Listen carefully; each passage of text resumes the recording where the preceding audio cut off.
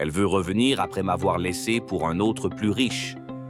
Bonjour à tous. Merci pour cette opportunité que vous me donnez aujourd'hui de parler aux gens. Je sais que cette plateforme va très loin.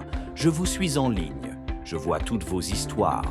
Comment les gens partagent leurs expériences. C'est pourquoi j'ai apporté mon histoire à vous. Parce que je veux que le monde entier entende ce que j'ai traversé. Regardez-moi, j'ai été à l'école. J'ai eu mon diplôme avec de bonnes notes. J'ai bien travaillé. Mais après avoir fini l'école, je n'ai pas trouvé de travail. J'ai cherché partout, j'ai déposé mon CV dans toutes les entreprises. Personne ne voulait m'embaucher. Partout où j'allais, rien.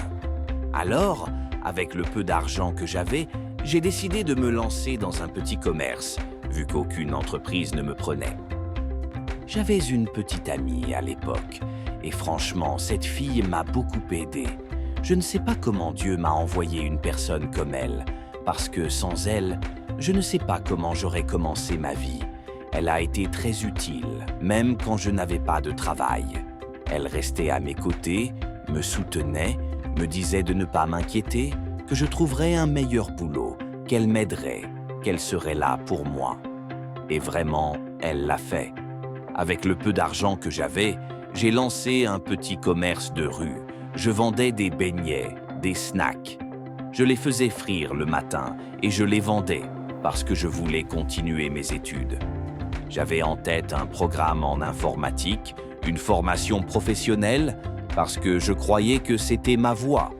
Il y avait une entreprise où j'avais travaillé un peu, qui recrutait des informaticiens, et j'étais sûr d'avoir le potentiel pour ce travail. Mais je n'avais pas de sponsor. Cette fille me soutenait. Alors, comme homme, j'ai dû me débrouiller seul. J'ai commencé à vendre mes beignets, moi-même, sur la route. Dieu m'a aidé. Il m'a donné une femme formidable à mes côtés.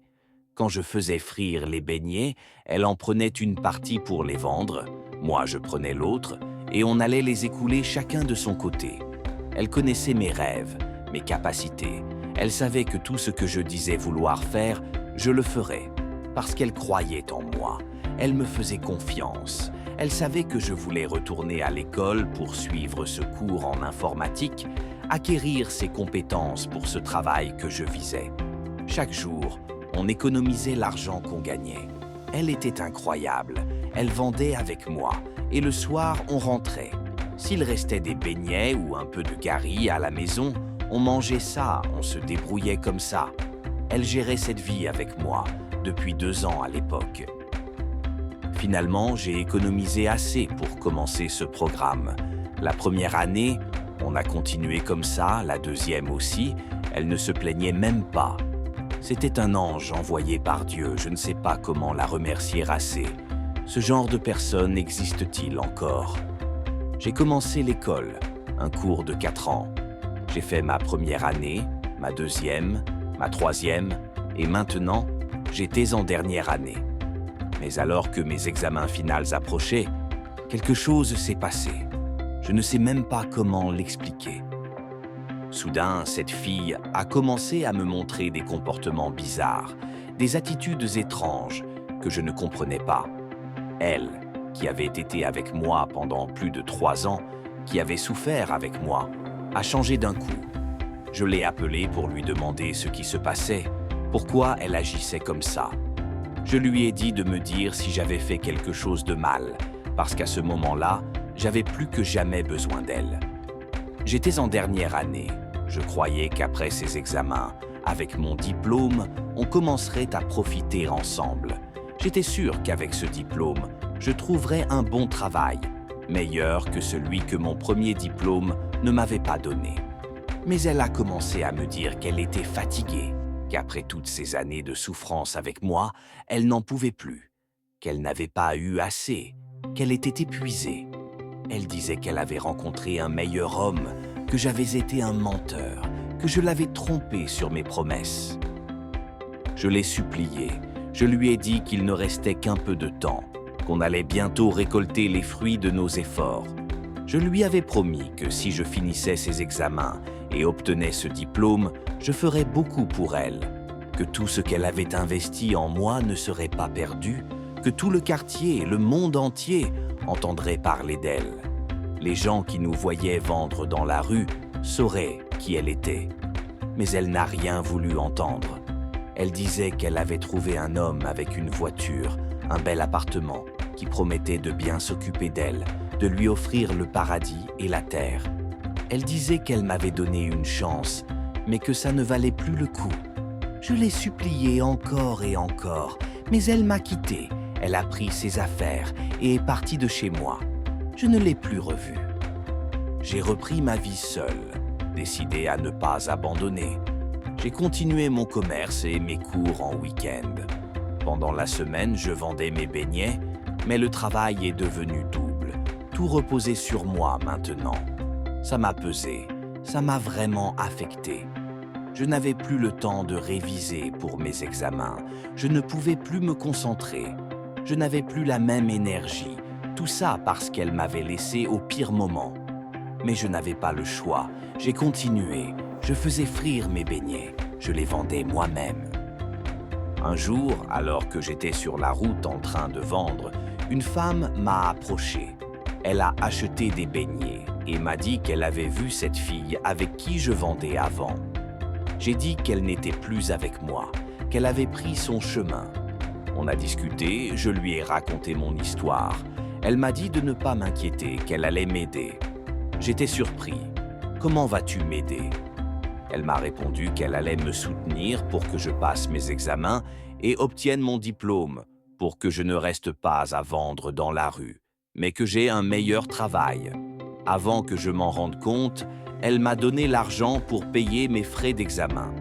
J'ai passé les examens et par la grâce de Dieu, j'ai réussi avec de très bonnes notes.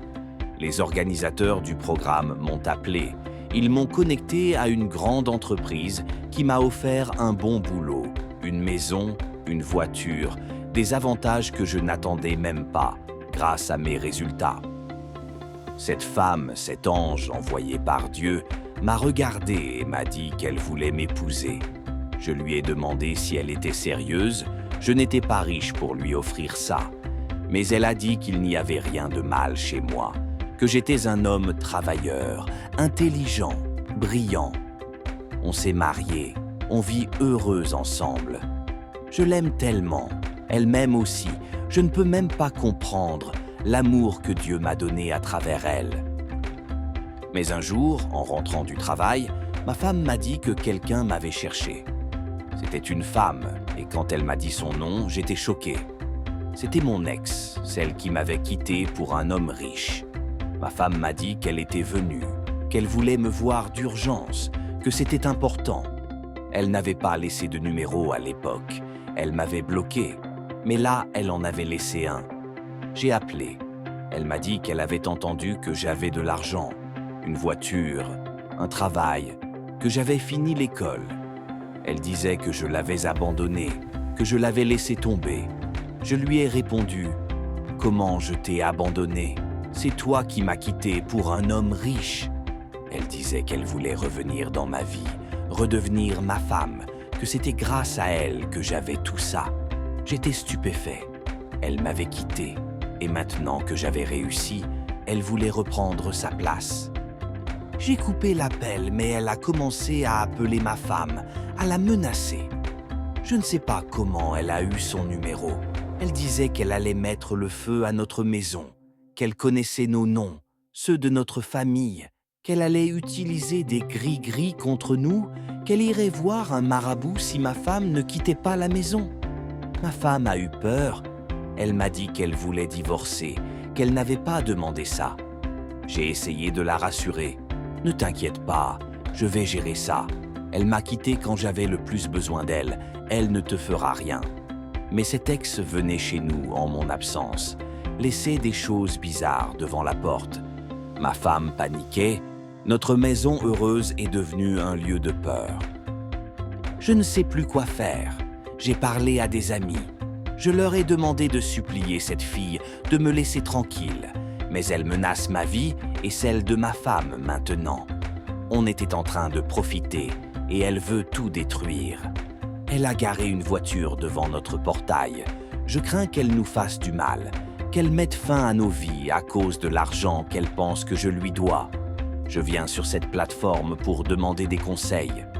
Ma femme est enceinte de notre premier enfant et cette fille menace tout. Aidez-moi, je veux vivre en paix avec ma femme. Dites-moi comment résoudre ce problème, je vous en supplie. Partagez cette vidéo, que les gens entendent mon histoire et m'aident. Merci beaucoup.